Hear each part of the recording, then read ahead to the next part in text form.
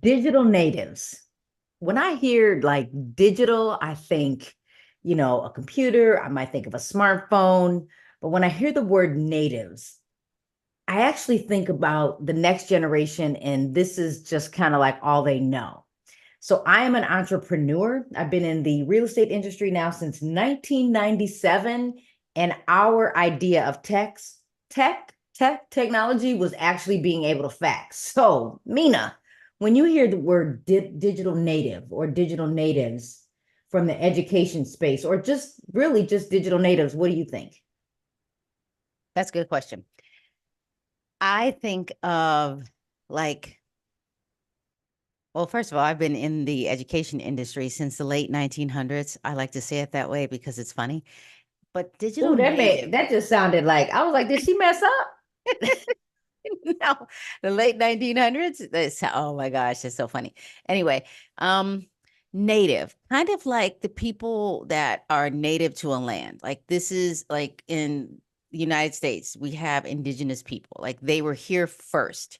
Well, you become here first when it's already there. And you talk about when the World Wide Web came about. Like people who are born today, people who are born even after 2000 are digital natives, according to the World Wide Web. So these are people who grow up with what we call an extra appendage. Like literally, they're born and they will never know a world without a cell phone. They will never know at this point. I mean, since the conversation is here, they will never know a world without generative AI. They will never know a world without social media.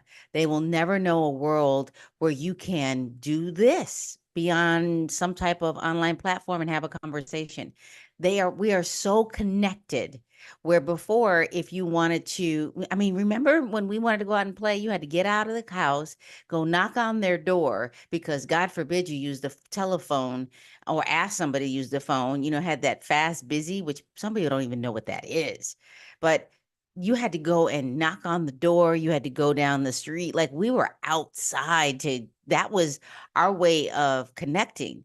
Now you don't need to do that. Like you don't even need to leave your house. I mean, we proved that with COVID-19 just to connect. Like we got really good at tech and what we need to do with it. So, I mean, in my mind, I come from the education perspective. Hey, So I'm thinking, how are kids coming to school? And there are some of us, some Gen Xers are like, we see kindergartners with this thing, and we're like, how can you afford that? Like there are families that would go without some things, but they won't go without their phone. There isn't, I don't know of one person that will go without this, at least in the United States. Uh, they say and that the data says that people would rather um I think it's not have a toothbrush than lose their phone. oh yeah, that's a thing. I mean, okay, so if you go back to the Great Depression, back then it was people wouldn't go without their makeup or alcohol. Now it's I'm gonna give up my toothbrush. I mean that gives me But you all can go to the kinds Dollar Tree. We got you hooked up. of Dollar Tree's yeah. down. I mean, even the toothpaste might, I don't know, You can but go get a free one. I mean, you you probably can walk get into the hotel lobby and be like, I forgot my toothbrush. yeah, really? Yeah, they'll just hand you a toothbrush. So, I mean, there's so many things to think about. I mean, even when we were younger, I mean, perspective, like when we had The early MySpace, 1900s. the late life, I'm sorry, the late 1900s when you were younger. yeah, we just, it's the comedy is, I mean, MySpace was like a thing. Like, and I've recently logged in my account. And I was like, I can Oh, I still should see do that. my account. But kids are, I was just on YouTube and there was this teenager and she couldn't be more than 15. Maybe she's even 13. And she is got 1 million followers on YouTube. She talks about fun stuff. She's engaging and she's making money. So we're at a place in the world, okay, the technology, like it just does stuff when I lift my thumbs up, um, where kids are doing stuff before we'll just go with teachers and administrators. Like they already know that they don't worry about breaking the system. Like we are like, well, you need to teach me how to do this. I'm like, I'll just go learn it myself. I can go on YouTube. Like we had the Dewey Decimal System when we walked into the library and we had to check out a book.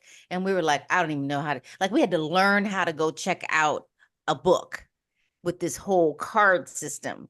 And now I don't need to do that. I can log in here, read the book online, listen to the book online. And if I wanted to listen to a book on tape, you had to check out the cassette tape or the then CD to listen to it. Now it's just in this little pocket, this creative little the thing. I mean, that's what a So here we digital go. native is. So I got to go way, way, way back because you said something a long time ago about we had to make we didn't pick up the phone to go play with our friends. We didn't have a smartphone. We weren't texting like, hey, you up? Because even today, if you ring my doorbell, I'm like, who's at my door? Why are you here? I'm like, you didn't call me. I'm like, I'm doing something and you just messed me up. Like back when we were kids, we got up and the Lewis twins were guaranteed to be up before everybody else because we wanted to go play outside. So there's something about how technology has shifted the conversation or shifted how we work and how we think. And so yeah, let's talk about like it like we could easily talk about how the first brick phone was in like 1983. The iPhone first launched in 2007. The first actual cell phone was invented in 1973. You know, I remember when my grandma would always talk about how they would have party lines. That means a bunch of people were talking on the phone because there wasn't just a one-way Like, I connection. need the phone next. Can you get off? But you could tell that person that. Right. But Now here, this is the party line. the party line is we could all be on like this, like Zoom. And I remember because I worked for a company called NEC Technologies in the 90s. And I remember NEC was probably one of the first to do like overseas this, like Zoom on steroids. We were all in a boardroom and the cameras were set up like a television studio, and it was thousands of dollars to have a conversation with those higher ups in another country. And today everything is moving so quickly. So when we think about the digital natives, or it could really be digital natives versus um Gen X, baby boomers, silent generation. How is this shaping our industry? And let me just say, let me start with this. So I've been in the real estate industry since 97. I luckily got into tech. Some of you should go back and listen to our conversation on what it was like when um I got my tech job because of you, because of your skills. So when we talk about the history of what we've done, or so I'm hearing the grandbaby just talk like really loud, so I'm Okay. distracted by distraction. I don't hear it at all. Good. Okay, that's good. I'm gonna get up and shut my door in a second. So back to, my thoughts. When I think about technology and being an entrepreneur, why is it important for anyone in any business to embrace even as something as simple as um understanding using your smartphone with apps versus actually going to the browser on a phone and using Facebook? My perspective, it's a learning tool. I have it. I would use this system, phone, social media, whatever it is. I can learn exponentially, and I don't have to wait to go to class. Now, I can learn this way going to class. There's always going to be someone that has knowledge that I need. However, I can take free courses at MIT, and these free courses I can just take. But do they come from a professor? Absolutely. I can go and learn how to adjust something in my car on YouTube. I can, as an educator, record what I am doing right now for kindergartners or first graders or chemistry students, repurpose it, because the rule is that you need to hear or do something on average between 7 and 21 times before it to become like a natural habit, or to go into your long-term memory. So if I have access to it, I can just hit repeat I can go back. I want to use the word rewind because, the old tech, but the recording is there for life. And this recording will be there for life. So our children and their grandchildren and their grandchildren or children's grandchildren will have a visual of us. Like we don't have that from our generation. We get to learn about a generation and learn about people. I mean, people in other countries, there's this idea that Africa is what we would call a level one country. It used to be called a what's that word? Third world or phrase, third world country. It's no longer that. We call like there are four levels of countries, and usually a level one means is that they don't have access to travel. They do now, even if Not it's a only do I bike. not have access, I was watching somebody on YouTube Shorts last night, and I'm like, this, I don't know what, I believe it was Africa, but it could have been Jamaica. And I'm like, this person has made themselves famous because of a smartphone. And you know that because if you go through YouTube Shorts, these people are making themselves, they're giving the world access to that. They have high tech too. Like the way there's this idea that, it's that people are um they're not at what aka the United States level, or they don't learn the same way, or they don't learn. That is just, it's so irrational. But we have our own belief systems, but we're able to see what people are doing around the country. And teachers, like I said, they can put this information out and their students can learn rapidly.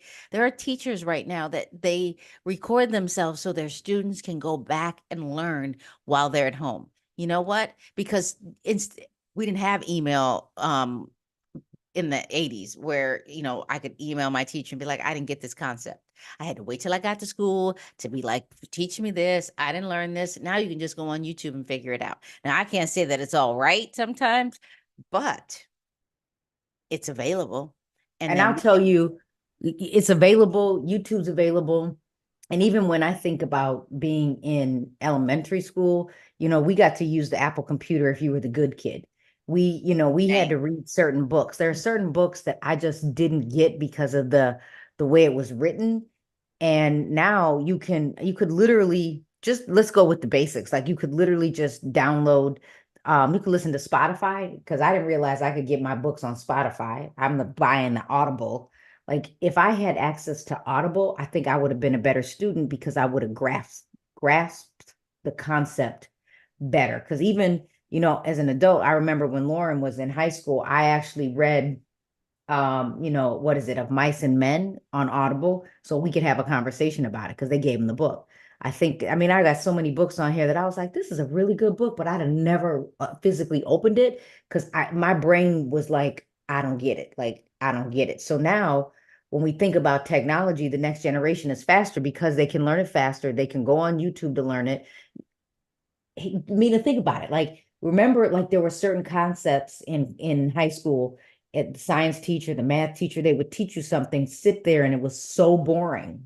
Like boring is all get out. I really Not wanted unless to you say have something Mr. else, Deado. except for Mr. Detto. But it was so boring that you were like, you couldn't wait to get out of there. I was probably somewhere else. I was probably already left high school like for the day in my mind, just zoned totally out.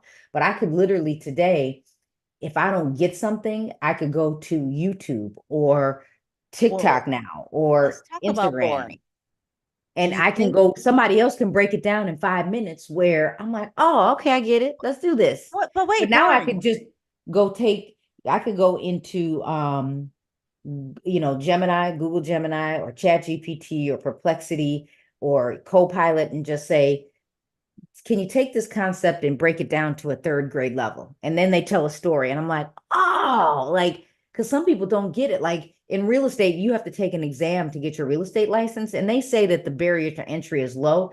Kind of like some of these exams are really, really hard. And you'll get questions like, what is a bundle of rights? You're like, what?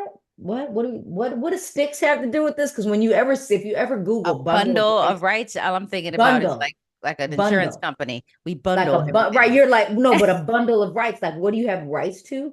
And I had to memorize memorize the real estate book because that was the only way I was going to pass it. But if someone had told a story, I'd have got it. But wait, hold up. You said the word boring back in education. I'm going to tell you something. It's still boring, and kids still tune out, and they still go on this. You will see them. I remember teaching here in California, and kids had these. They actually kids had typically an Android because I think it was only AT&T that offered the iPhone at the time. And this is what I saw. And you would see them looking down and you'd have this light in their face. I'm like, are you on their phone? No. I said, well, then you must be seeing the light because they, because either I was boring, which could have been, but that was, what was that something nomics. Remember that one video that every year they created social nomics? That's what it was. And it said people having an attention span of less than a goldfish now. That's still happening. So Yeah, when it's you 7 seconds say that, for a goldfish, or 8 seconds for a goldfish, 7 seconds for a it's human. now like 4 seconds less than. So my point is that we're still boring and kids can go learn. There are kids dropping. Okay, parents are like, my kid, because of COVID, pandemic changed the world, meaning parents realized that if there were two parents or a family that was living in the same household, they realized that they didn't have to, one of them didn't have to work because society made it where somebody couldn't go to work. And they realized they could offer their child homeschooling. Their kids got better at it. School districts had to get smart enough to offer homeschooling this way because it was boring at school and they can do most of the learning in half the time. And I'm going to give you a good example. Madeline, the youngest, she was like, I don't want to do this. At first, she was upset. She was like, her literature book was this thick. She's like, I have to read this by next week. I had to stop what I was doing and help her.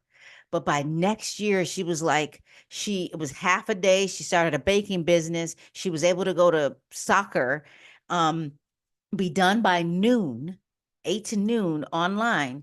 She was still getting good grades. Now, it didn't work for everybody. We were very clear about this, but here's what she learned. She learned that she could do everything she wanted to do in a less amount of time because she had the internet and she had everything in front of her and kids weren't distracting her in classrooms because you have those 15-minute classrooms. But wait, there's more. At the end of the school year, towards about March, school districts were like, oh, you can come back to school, but you have to come on days like half the students on Monday, Wednesday, and Friday. We'll swap Fridays out for the next group that's Tuesday, Thursday, Friday. So every other Friday, but you still have to come to school all day. But you can choose one or the other. You know what she said.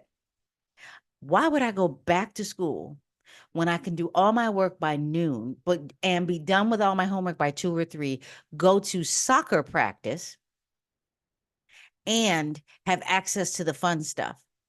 I'm not going back. That is what's happening because of technology. It's not even just digital natives anymore. It's the digital divide. It's the haves and haves nots. It's how are kids learning? Like that, mind blowing.